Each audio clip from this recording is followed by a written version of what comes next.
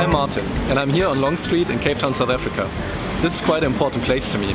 I came here the first time in 2008 after I was working as a primary school teacher for several months at a school in Tanzania. And I was just about to meet this guy.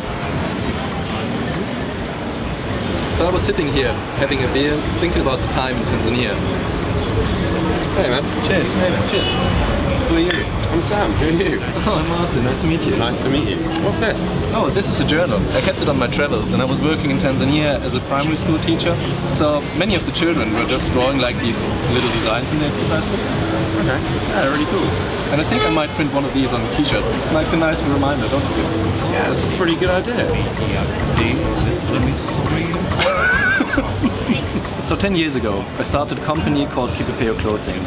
We are an organic manufacturer for adults, kids and baby wear that is based in Tanzania. All designs are created during the regular primary school lessons at primary schools in Tanzania. By selling these products, the proceeds go back to the schools where the designs were created, and they are used for paying school fees, stationery and even for building new school buildings. Now, in the year 2018, we are going to start Kipepeo also in Kenya. So 10 years later, Kipepeo was just about to expand to Kenya when Sam came up with quite a good idea. I did. Like all the best ideas, this one started in the local pub. So I've been thinking about the fact that it's like 10 years since Kipepeo started and the new designs and the new projects in Kenya. Do you want to hitchhike to Kenya?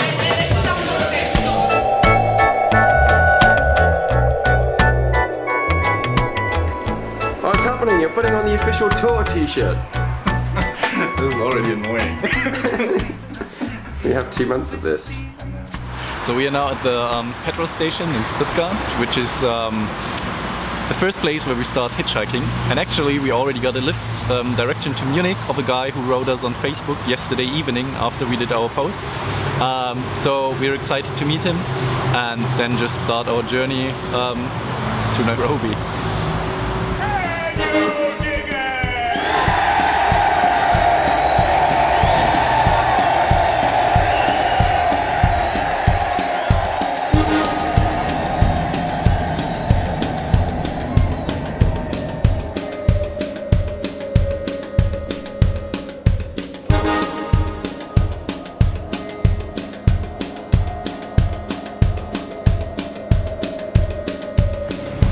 Lovely.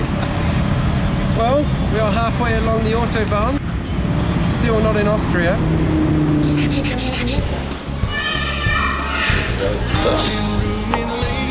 Amazing. Do you think anyone will pick us up? Yes.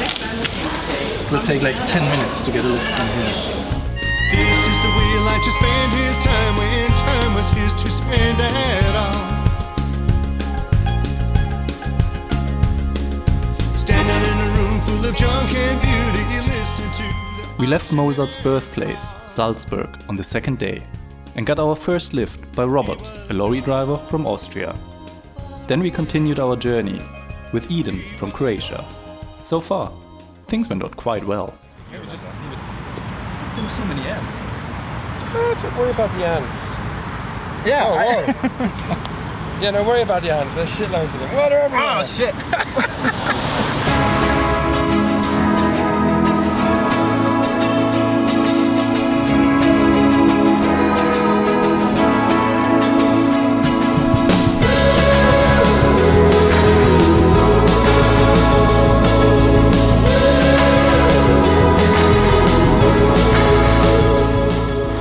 We're at a service station just after the border between Austria and Slovenia.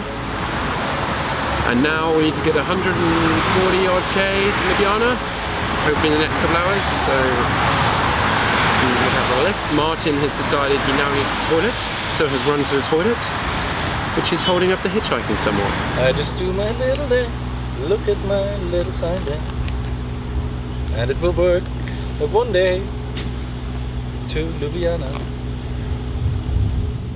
Unfortunately, our dancing didn't help. After 7 hours, we decided to call it a day.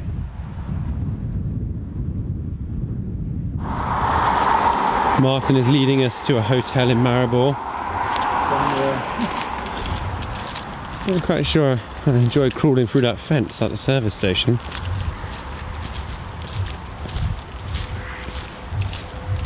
The joys of being on the road.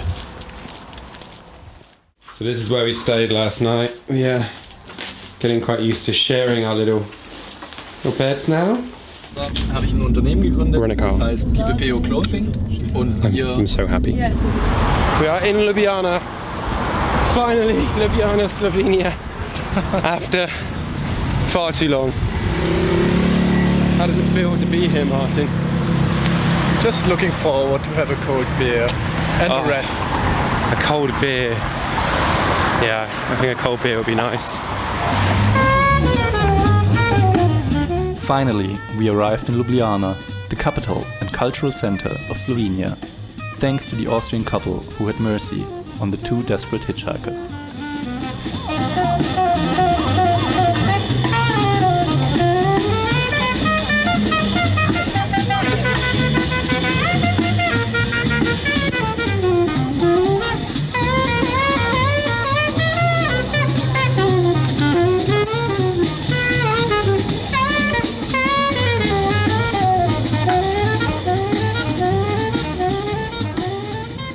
Our lift has arrived. I like this form of hitchhiking. This is much easier when the lift just arrives. So we have to figure out which way to go. Okay, I'm Ursha. I'm from Slovenia, and I met Sam 4 years ago, and he told me about Kipepeo. And it's so nice to have you here in Slovenia again, and to meet you. And good luck with your project and hitchhiking. I've got a good feeling about this today. Yes, it won't take us 10 hours this time. 20 minutes. It's not that easy for two guys in their mid-30s to get a lift. So sometimes we had to get a little inventive. Don't look at me. We are now got dropped by our second lift today from Ljubljana to Zagreb. A very lovely man called Bobo. But he had to continue his way, so he just dropped us off here, which seems to be like in the middle of the highway. So we need to figure out how to get to Zagreb from here, but it shouldn't be a problem, I guess. He said we should walk up there.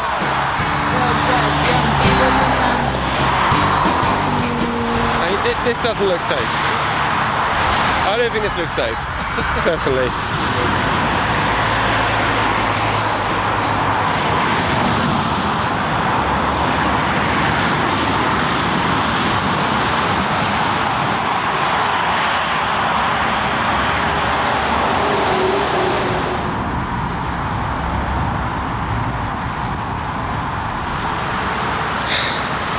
We are between two lanes of the motorway, where every pedestrian wants to be. But Zagreb's that way, so I think it's pretty good. Martin's optimistic. I think all goes fine.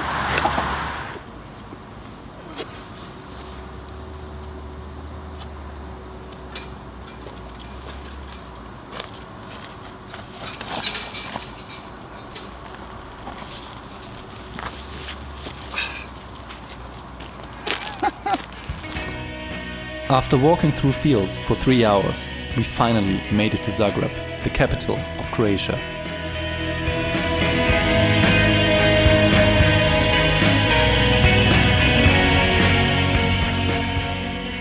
The next day, a truck driver with a passion for beekeeping took us to the Serbian border.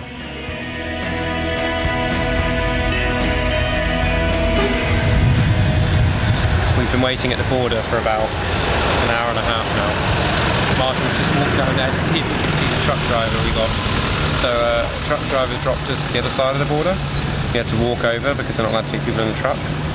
And he said to wait here for him to take us to Belgrade. And he hasn't gone past because you can only leave by this way. But we have been sat here for about, I think it's about an hour and a half, maybe it's 2 hours. It starts to make you worry a little bit. We continued our way to Belgrade, capital of Serbia and gate to the Balkans, with our friend the beekeeper. He joked and mentioned several times that we should take care of our internal organs, as they might get stolen and sold in Albania. Again, we were left on the highway, but got a lift pretty quickly. The moment our truck leaves us on the highway.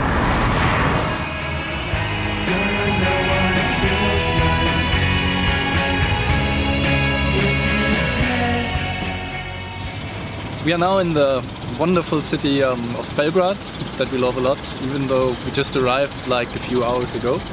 And it took us like, I think it should have been around 15 different rides that brought us here, starting from Germany to Austria, from Austria to Slovenia, from Slovenia to Croatia, and then from Croatia finally to Serbia.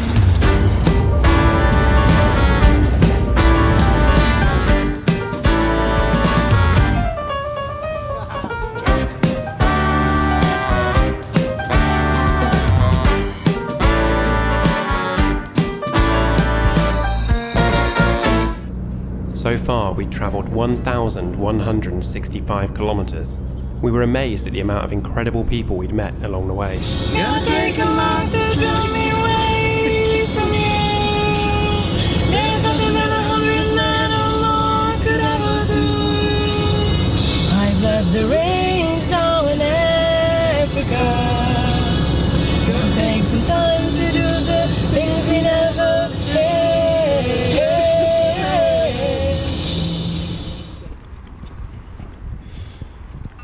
Our hitchhiking seemed to involve a lot more hiking than hitching, trying to find a good spot to get the next ride.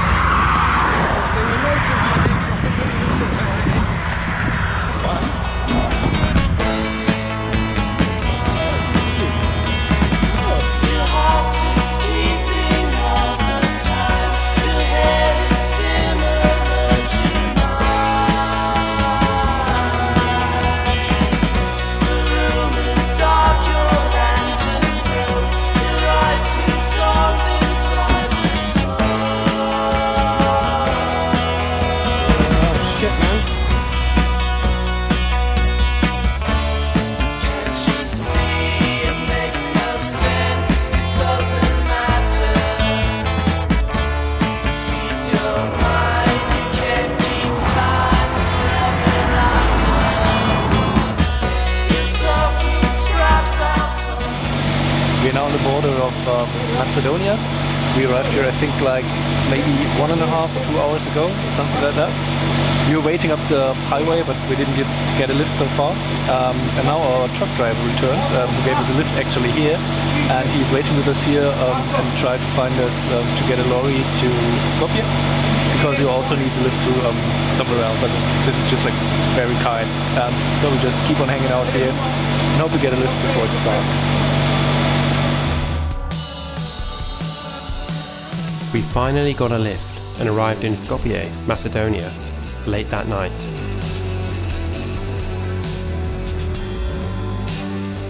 The next morning, when we finished drawing our sign, we got picked up almost immediately by Tony and Anna. Not only did they give us a lift, they also recommended a place for us to stay before we travelled on to Albania, right beside the beautiful Lake Ohrid.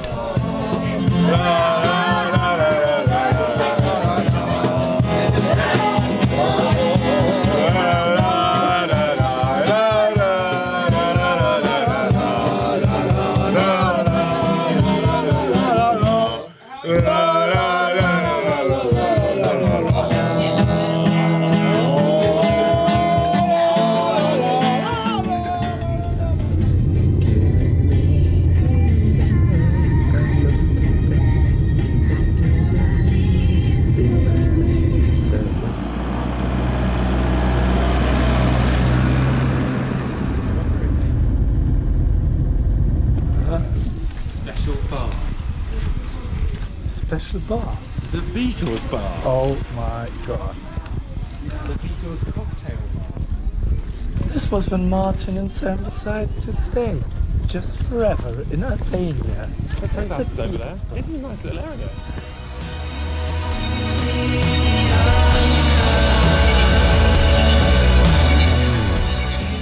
Okay, we're just at the border of Greece from Albania, and we got a lift out of town with this guy in his sort of little Jeep, and we got in and it was very confusing. I was kind of convinced he was a private taxi. He had like taxi in the window and some stickers and stuff, and then we got here and I was worried he was going to ask for money, and he was just all really nice and was like, you know, said things that I'm assuming are like safe travels and shook our hands and smiley and filled up with fuel and drove off. And I think he's now driven into Greece. We probably could have gone further with him, but never mind.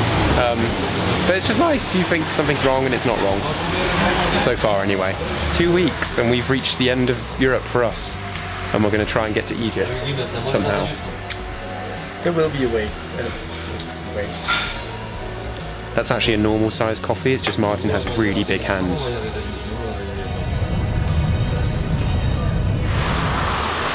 We've been dropped on a motorway again. It's kind of the quietest motorway I've ever seen in my life. And there's no traffic, there's no service station, there's nowhere safe to walk. So Martin is trying very hard to get us a lift at the moment. We waited for like an hour without one single car passing. And when one eventually did, it was the same guy who has given us a lift previously. The part of hitchhiking I love the most is just getting out of town, leaving urbanization behind, and you find yourself in the beautiful wilderness somewhere in Greece.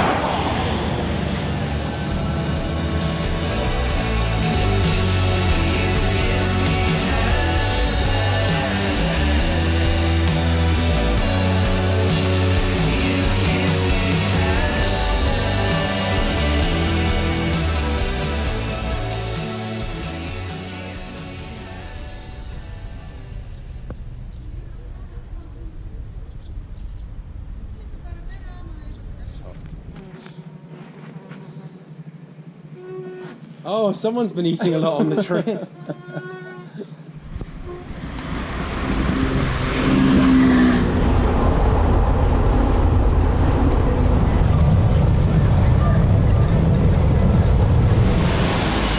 My name is Gerasmos Georgiadis and I live, I'm a Greek and I live here in the capital of Greece, Athens. Nice. So how did you meet Martin and Sam? They threatened me at first with a gun and afterwards with a grenade. So I was astonished at first and I was, they need to take a lift to bring them back from Meteora to Athens so they can keep going with their trip.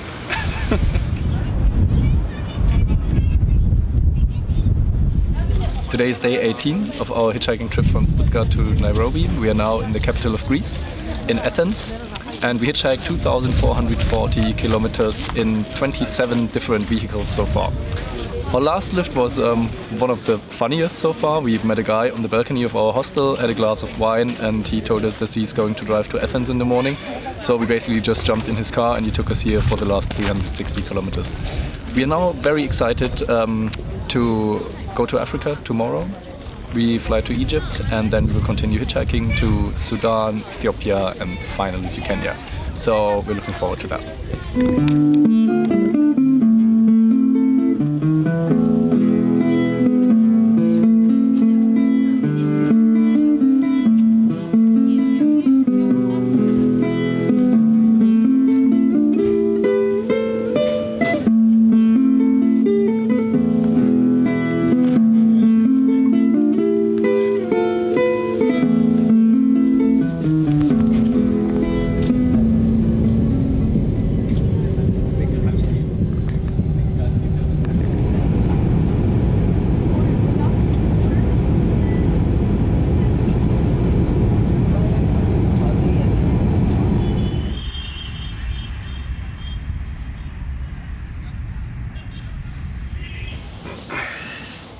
Do you mind moving your hand off my arse? No. This is what I was talking about before, about how hitchhiking can be a little bit stressful when you spend all your time together. I enjoyed it a lot. I don't think it's stressful at all. It's just sometimes it's a bit, I don't know. I just like to get somewhere and chill out, but you have to do all these things all the time. Like work. No, it's not just that. You've got to sit down, get a coffee, check this, think about that. It's all these processes. It's a very bohemian attitude, is it? I just like to get somewhere and then I'll be bohemian, once I am somewhere.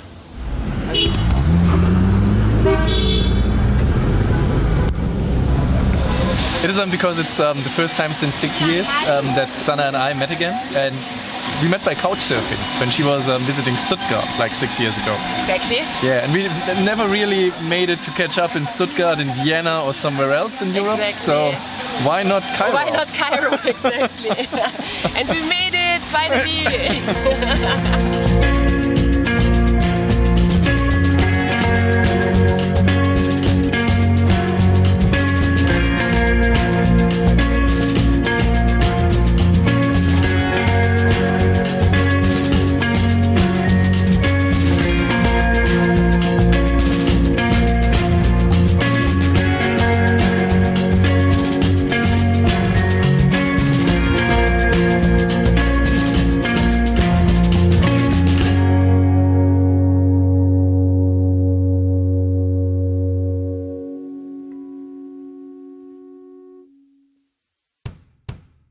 We started hitchhiking outside of Cairo, where 3 businessmen picked us up almost immediately.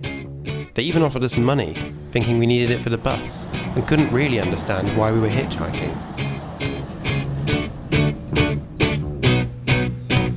Hey, there's nothing you can do now. Your angry dog isn't too much for me. Hey, They dropped us around 300 kilometers south.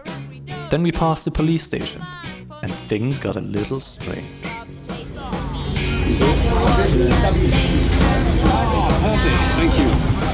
What exactly happened with the police? We're going to explain a little later. So for now, just sit back and enjoy the ride.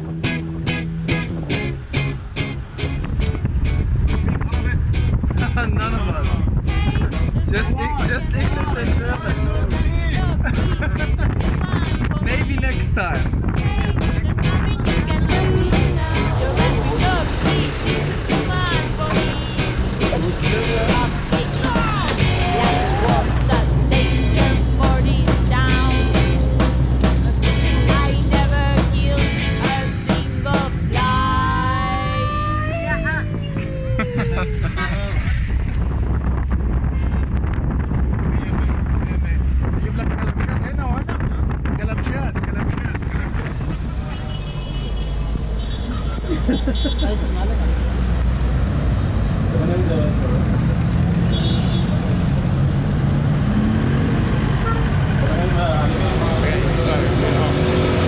We are in Luxor after our crazy police mission yesterday and heading to see the Valley of the Kings in a bit of a rush before we decide to travel on.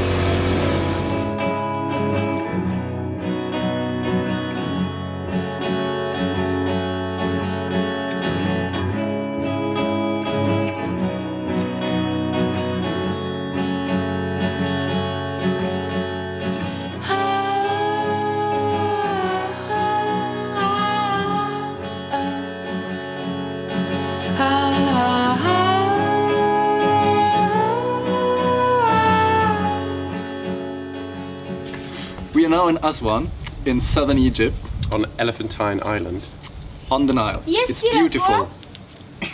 We have lovely company here, so this is like the 4th take where we try to shoot this video, but now everything is fine, I think. So tomorrow we are getting a boat to Wadi Hafar. Wadi Hafar? Wadi Halfa, yes. Wadi Hafar. In Sudan, because we have been advised that we are not allowed to hitchhike because there are checkpoints at all the village exits, and they will stop us. The police will stop us because the police stopped us on the way here. We started hitchhiking from Cairo, so like 20 kilometers outside of Cairo. We were standing on the highway, and it took just like 10 minutes till 3 Egyptian businessmen just stopped and asked us what we are doing, and we were standing there with our little hitchhiking sign in Arabic. And so they offered us a lift, so we squeezed all in and went like 300 kilometers down south, and then they dropped us off randomly to the highway, which was close to a police station. And we just walked across the police station, and then there was like the chief officer, and he waved us over and offered us a cup of tea. And so we started having a chat, and then what happened next? Oh, he said he was worried about our safety hitchhiking, and he was going to take us, arrange a lift to Sohag, which is the next little town. And basically, it turned out that we were then taken checkpoint to checkpoint to checkpoint in with armed officers in police trucks, all the way down to Luxor. So actually, on that day, we did like 715 kilometers of basically hitchhiking in one day. 18 in total. 18 in total of hitchhiking in Egypt in one day, and we think that was pretty cool. And it wasn't a dangerous area. I just think it was unusual for tourists to be there, and so they were keen to help. And yeah, everyone we've met's just been amazing and so kind. So far, like the last 4 weeks of hitchhiking were amazing, but Egypt is so far, I think, my favorite country. The people here are just so friendly. There's not one single bad experience so far. Just everyone is smiling. Thank you! Thank you. I think that's where we're going to leave it. Yeah. That's a cut. Yeah. The director said so. Do you want to say cut? You go, cut.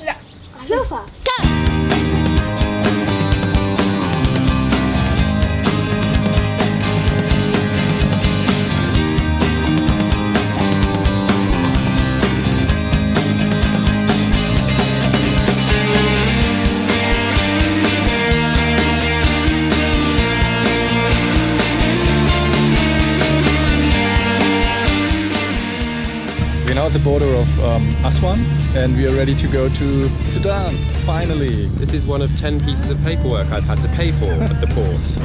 So let's go see if it was worth it.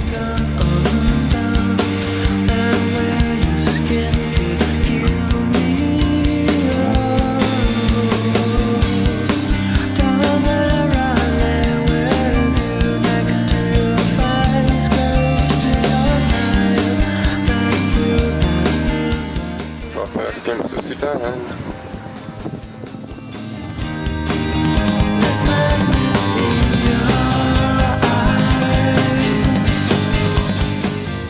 Okay, we're in Sudan. Martin hasn't mastered the art of filming and walking, so he usually hangs back doing this. I want to get through customs quicker.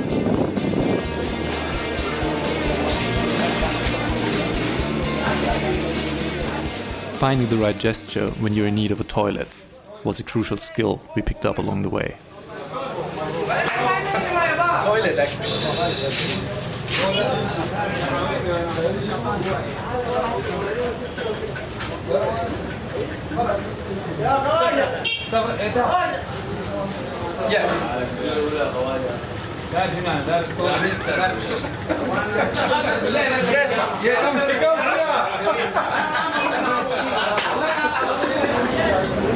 I'm just enjoying, dude, this is hilarious. They keep pulling funny faces at you when you're not looking.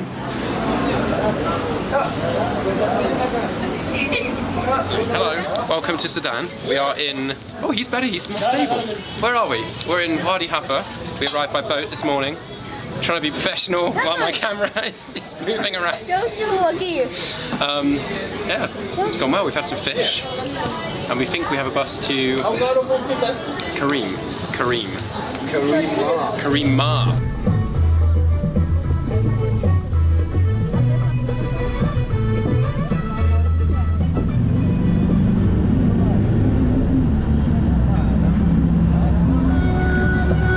We don't really know where we are.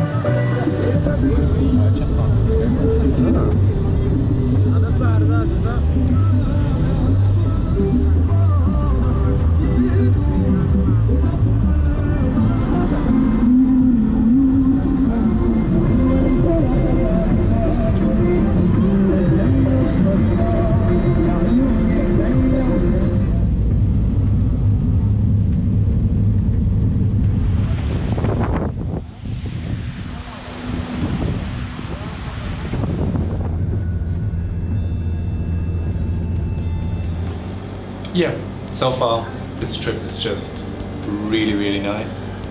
It's just, yeah, it's an amazing experience. We're looking forward to visit Ethiopia and Kenya, of course. Meet lots and lots of lovely people just along the way. I think one thing we've realised is, which we said, I think we said in various things before the trip, and what we were thinking about is how hitchhiking in Europe is obviously a lot easier, the language barrier is less, and we thought we could probably hitchhike down to Athens quite easily, and well, not easily, not as easy as we thought we would be able to, turned out to be very easy. Allowing very well, we did accept that in Africa it's a little bit more difficult in some of these countries, Egypt, Sudan, roads, fewer desert, we can't just wander and stand in certain places. So there's going to be a few little buses here and there now, but the main thing is we're continuing over land, which is exciting. We're seeing like huge areas of countries we've never seen. We're traveling like a massive amount of distance in Africa. And I think now with the time we have left, we're keen to try and make the most of it, stop maybe a bit more frequently, see a few of these places and meet these people, because the people we're meeting are so friendly, and it's a shame to waste the opportunity to get to know a few more of them. So I'm hoping we're going to do a bit more of that. But we are going to try and still do some hitching. But when it's not hitching, it'd be crazy little local buses, which, to be honest, rather be hitching because they're a little bit scary. No, let's go.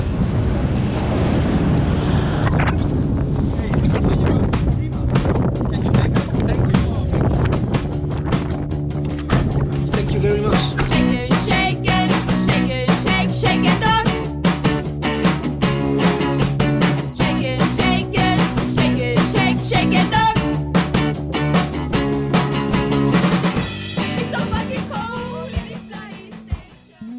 Even the short distances from town worked out pretty well for hitchhiking, but we had to get several minibuses to make it through the desert to Khartoum, the capital of Sudan, and the place where the Blue and White Nile meet.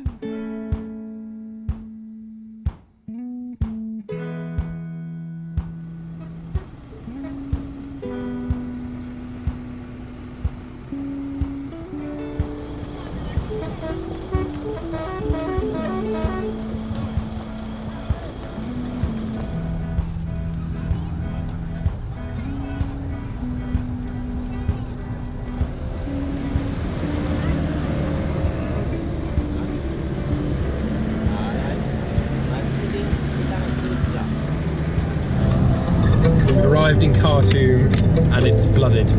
There's water on the streets everywhere, and we are trying to find a hotel for our taxi driver. We just hit another car. He did just drive into the car in front, just a little bit, but it's fine.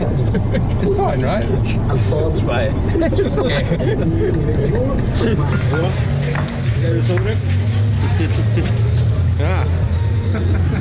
This is cool.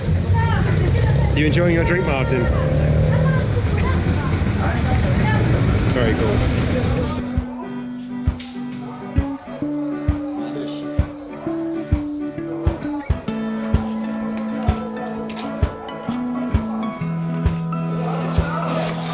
You want sugar as well? Yeah, I need sugar.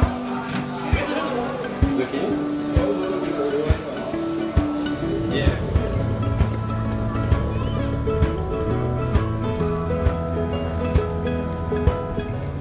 One of the most memorable moments on our trip was watching Nuba wrestling in Khartoum. Every Friday, a sea of spectators gather in the stadium to watch one of the most famous sports in Sudan.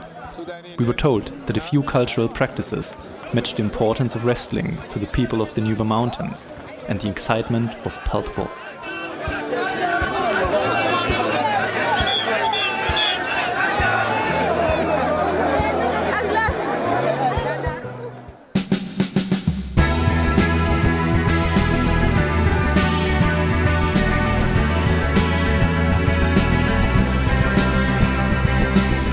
We continued hitchhiking from Khartoum and got a ride that would take us close to the Ethiopian border really quickly.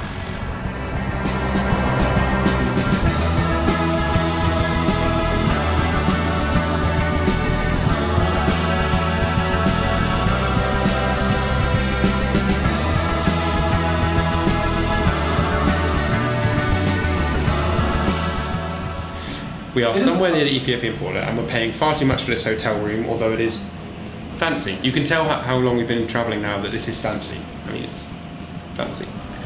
And then tomorrow morning, apparently buses at 7 to Ethiopia, so we might have to do that because I don't think we can hitch again, so we're not sure. We're going to get up early and just see what happens. Walking next to me here is Omar. He's living proof of the kindness of strangers. We met him just before the Ethiopian border. A few hundred kilometres later, I realised I'd left my laptop at the previous guest house. I messaged Omar on Facebook. Amazingly, he went to the guest house, found my laptop, and posted it back to London in the UK and asked for nothing in return. In the process, he saved all of the footage we've recorded of the trip so far.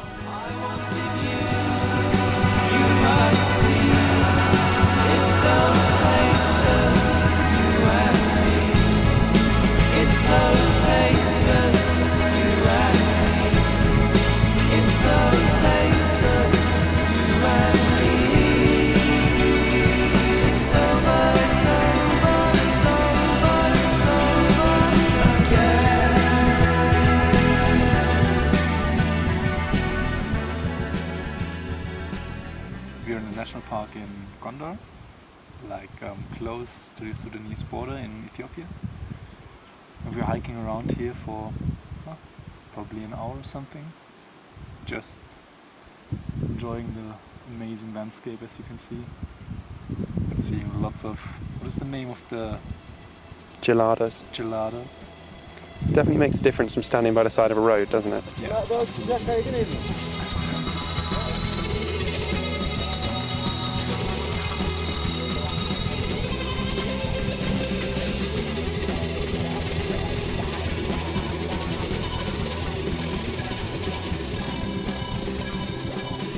The next day we continued our journey to Addis Ababa in several minibuses, because the police stopped us from hitchhiking.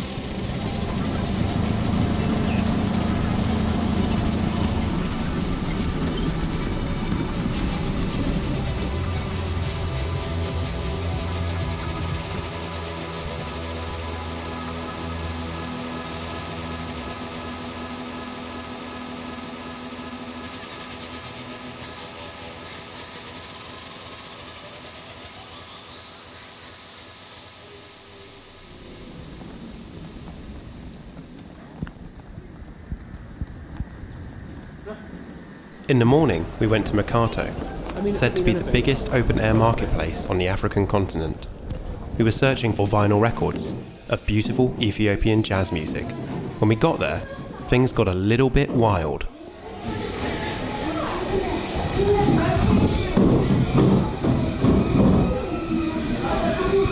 Okay, so they now close the windows of the shop and everyone's very excited.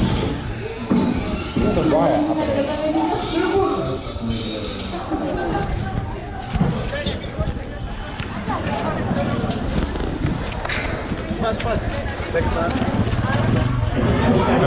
Today is record hunting day, or shakla as they're called in Ethiopia, and we've just been around the market avoiding riots. Someone's arriving from a country that they don't like. We're not really getting the full story yet, we probably need to Google it later. But there's some riots happening, stones throwing, people keep running, so we spent a few hours kind of dodging all that around the market. And then we kind of gave up because we couldn't find any CD shops to ask about shakla. I got a taxi, and the man just had a CD, so I said, oh, we're looking for these, or shakla. And he went, oh yeah, and he just phoned someone, drove 5 minutes down the road, and we found a shop filled with Ethiopian jazz music, which is really expensive. But the power's out, so the guy said come back in 1 hour, so we're just having a beer while we wait. And the funny thing is, we actually read an article about that specific guy that was written like 2 or 3 years ago of another guy who met him randomly in a hotel, and it's the same guy because there's only one single picture on the internet, and that's basically his own shelf with his own vinyl collection. So we're really excited for digging some records here in Ethiopia. Best day ever. Again. Number one.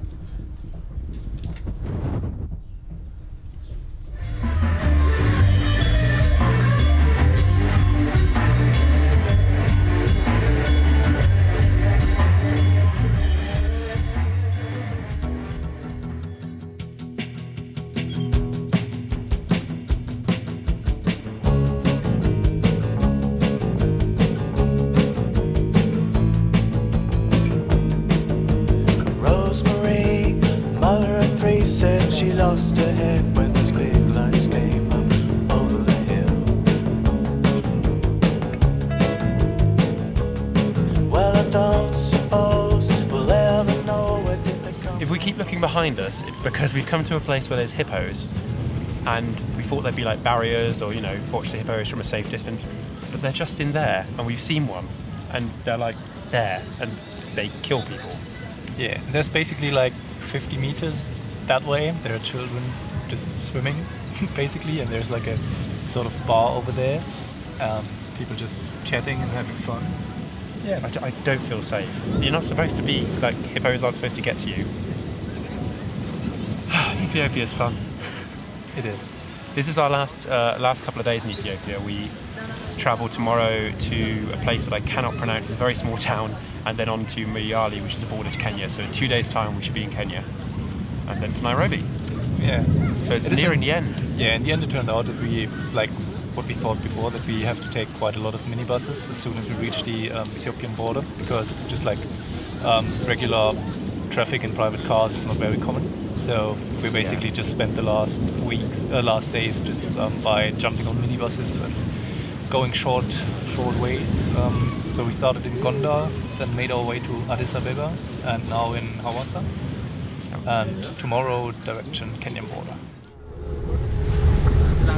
5 hours into like it's going to be 2.5 days of constant travelling, and I can feel my legs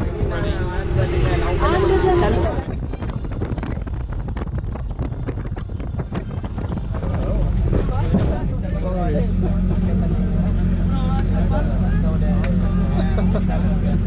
I'm doing a little video.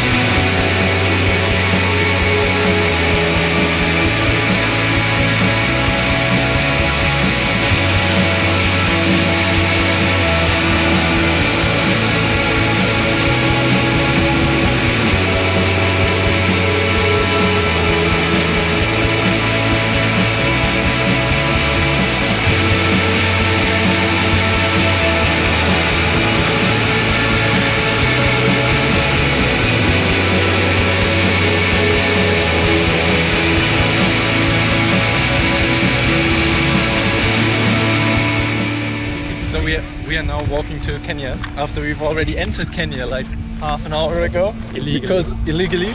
We just asked some picky drivers to take us to Kenya, so we were thinking they probably take us to the border. They just took us into town, and now we entered through from the Kenyan side to the Ethiopian side to re-enter Kenya from the correct side. It was a no. So this is going very well. Okay. We are in Moyale, in Kenya, so we've officially made it to the final country, the trip, which took us like 6.5 weeks. Yeah. With one single flight, which was from Athens, Greece to Egypt, and the rest was just traveling on roads. It's just 1 day, 6.5 weeks. Oh, 6 weeks, 1 day. And tomorrow we go to Nairobi, so it's all on the road. Not all hitched, admittedly. We've got some buses, but it's just kind of impossible to hitch the whole thing in certain countries. So we did our best, and I don't think it's sunk in yet. It's kind of crazy distance we've done. Yeah, it is. It's cool. It was kind of an adventure.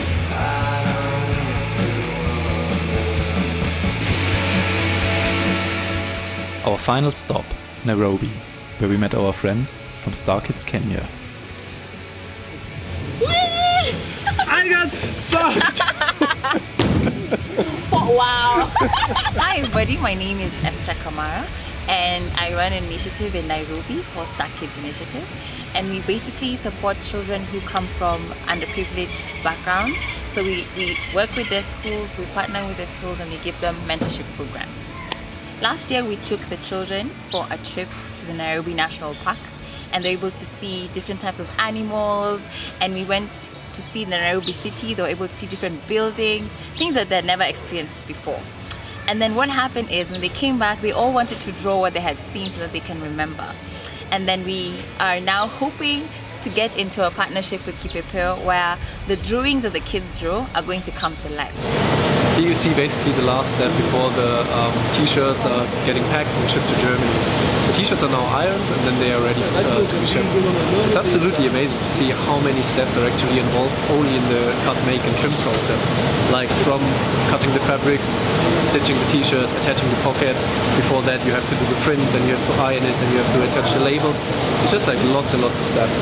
And if you look at the whole supply chain, from picking the cotton, ginning the cotton, making the yarn, up to here, it's just so many people being involved in a product that is just 100% handmade and printed in Kenya. So I think this is something we can be really proud of. So the fundings we generated out of our Kipepeo Goes Kenya campaign, they were going to be used to build a new schoolyard environment here at Songambele Namasomo, and we will start by building a new fence. As you see the fence in the background, it's just like located next to the slum, which is right behind it. And during the rain season, the whole schoolyard is going to be flooded with mud. So we're going to replace this fence with a proper wall so that the schoolyard can be used by the children like 365 days a year. Helicopter. Wow. Helicopter. Yeah, that. Unaikubuka. Wow. There you are. Good.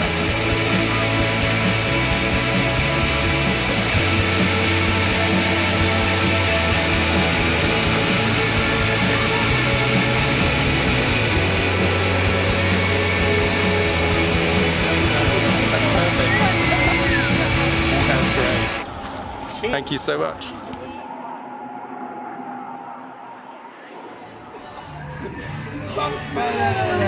All you need is love. All you need is love. Love is all you need. It's like Peaky Blinders, you know. Of course we do. It's the person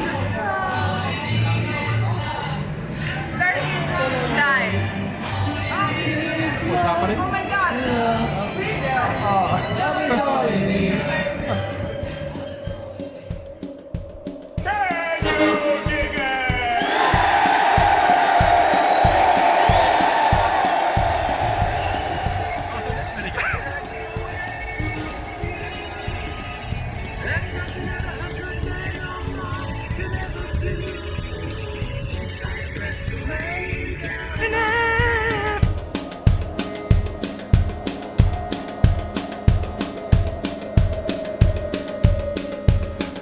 I see him rocking in an old cortina as he makes his way to the auction room.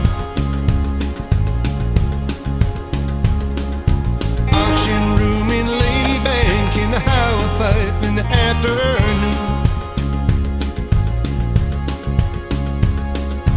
This is the way he liked to spend his time when time was his to spend at all. Standing in a room full of junk and beauty, he listened to the auctioneer's call. He was so far away. He was so far away. Far away in a yellow gold land, sitting in a square by a little brass band. I don't know, but I've been told that Daddy's heart is paved with gold. One comes splinters to his arms, feel him breathing deep and calm. Are you sure about this? Yeah, we're gonna cross the motorway.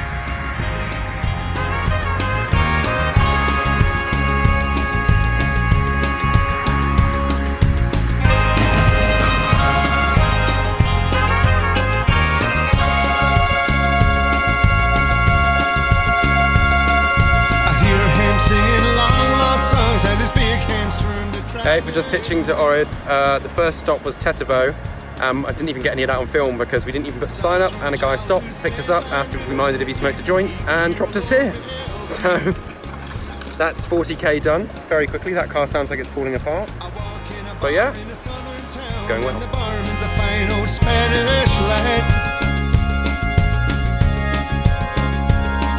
He talks so warm to the man in the storm, and he could have been a friend of my Spanish dad. Now he's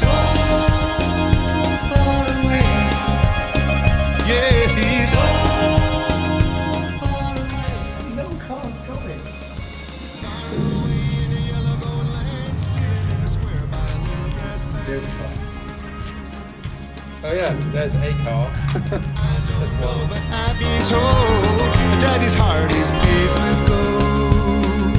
Walk on splinters to his arms, feel him breathing deep and calm.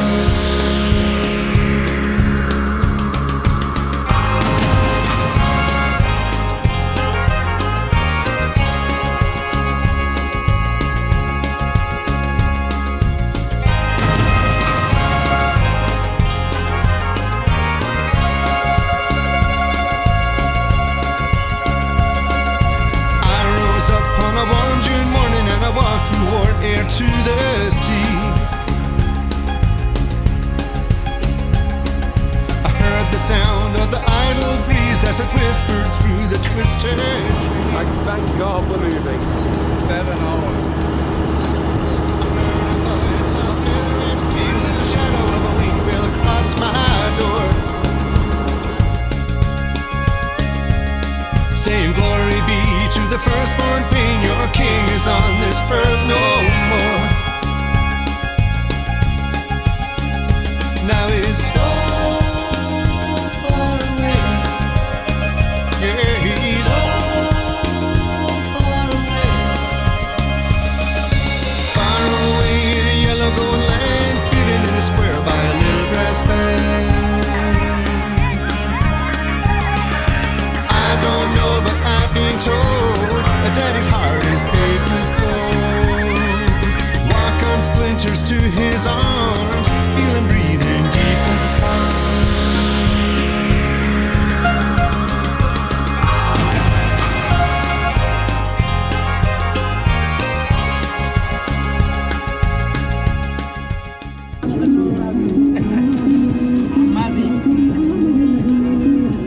We're gonna get there eventually.